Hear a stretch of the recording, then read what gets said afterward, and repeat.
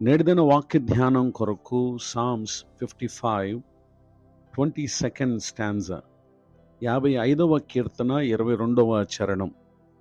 నీ భారము యెహోవా మీద మోపుము, ఆయనే నిన్ను ఆదుకొనును. వాక్య ధ్యానం కొరకై ప్రార్థన. కృపగల తండ్రి, మీ కొందనాలు. నేడు చదవబడిన ఈ వాక్య భాగం ద్వారా మాతో మాట్లాడి బలపరచండి. యేసుక్రీస్తు నామములో ప్రార్థిస్తున్నాను తండ్రి, ఆమేన్. చదవబడిన ఈ వాక్య భాగంలో మన ప్రభు అయిన యేసుక్రీస్తు వారు మనలను ఆదుకునే దేవుడు. మానవ జీవితంలో పలు పరిస్థితులు ఏ ఆధారం లేని స్థితికి కారణంగా ఉంటాయి. నిరాశ, నిస్పృహ, నిరుత్సాహము, ఇవన్నీ కూడా మనకి ఎవ్వరూ లేనట్లుగా, ఒంటరి వారముగా ఉన్నట్లుగా మన హృదయాన్ని కలిచివేస్తూ ఉంటాయి. ఇట్టి పరిస్థితుల్లో ఉన్నటువంటి నరునికి స్నేహితులున్నా, బంధువులున్నా, రక్త సంబంధికులున్నా, ఎవరున్నప్పటికీ కూడా వారిలో ఉన్నటువంటి ఆ బాధను తీయగలిగిన వారు ఎవ్వరూ లేరు. ఈ కారణాన్ని బట్టి కొందరు తమ హృదయాలలో కలుగు చెడ్డ ఆలోచన చేత జీవితాన్ని చాలించేటటువంటి వారిని మనం చూస్తున్నాం. అయితే అట్టి మనసు కలిగినటువంటి వారు ఎవరైనా ఈ మాటలు వింటూ ఉన్నట్లయితే, ఈ దినం అట్టి వారందరికీ, ప్రతి ఒక్కరికి ఒక శుభవార్త. మనలను ఆదుకునే దేవుడు, భూమి ఆకాశాలను సృజించిన దేవుడు, ఆదుకునే దేవుడు, మన ప్రతి పరిస్థితిని తెలిసి ఉన్నటువంటి దేవుడు. ఇట్టి ఆదుకునే దేవుడు ఉన్నాడు అనేటటువంటి ఈ విషయాన్ని బట్టి ఎవరైతే తమ భారమును ప్రభువు మీద మోపేవారుగా ఉంటారో, అనగా తమ కష్టమును, తమ ఇబ్బందిని, తమ శ్రమను వినువారు మనుషులెవ్వరూ తమకు లేకపోయినా, మన హృదయంలో ఉన్న స్థితిగతులన్నీ ఎరిగి ఉన్నటువంటి దేవుడు, విశ్వాసముతో మనం ఆయనకు చెప్పగా ఆయన మీద మనం భారం మోపిన వారంగా ఉంటాము గనక నిశ్చయంగా ఆయన మనలను ఆదుకుంటారు అనేటటువంటి విషయాన్ని ఈ సమయంలో తెలియజేయడానికి సంతోషిస్తున్నాను. పరిశుద్ధ గ్రంథములో ఎందరో ఇట్టి స్థితిగతులను ఎదుర్కొని వారు దేవుని మీద భారం మోపిన విధానాన్ని మనం పరిశీలన చేస్తే, second book of Chronicles chapter 20 verse 12, రెండవ దినవృత్తాంతముల గ్రంథము 20వ అధ్యాయము 12వ వచనం. మా దేవా, నీవు వారికి తీర్పు తీర్చవా?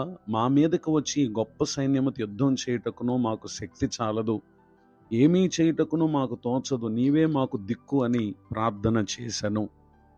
చదవబడిన ఈ వాక్య భాగంలో యెహోషాపాతు అనేటటువంటి రాజు యూదా ప్రజలను పరిపాలిస్తున్న దినాల్లో వారి మీదకి 3 రాజ్యాలు వారు దండెత్తి వచ్చారు. ఒక రాజ్యమును ఎదుర్కొనుట వేరు, లేక 2 రాజ్యములను ఎదుర్కొంట వేరు. 3 రాజ్యాలు వారు వీరి మీదకి దండెత్తి వచ్చినటువంటి ఆ సమయంలో ప్రతి ఒక్కరికి తెలిసినటువంటి విషయం ఏంటంటే, ఒక్క రాజ్యము, ఒక్క రాజు ఇంతమందిని ఓడించుట లేక జయించుట సాధ్యం కాని పని. అట్టి పరిస్థితులలో యెహోషాపాతు తనను ఆదుకునేటటువంటి దేవుని మీద తన భారమును మోపిన విధానాన్ని ఇక్కడ మనం చదువుతున్నాం. అతడు అంటున్నాడు కదా, మా మీదకి వచ్చి ఈ గొప్ప సైన్యముతో యుద్ధం చేయుటకును మాకు శక్తి చాలదు, ఏమీ చేయుటకును మాకు తోచదు, నీవే మాకు దిక్కు అని అతడు ప్రార్థన చేశారు.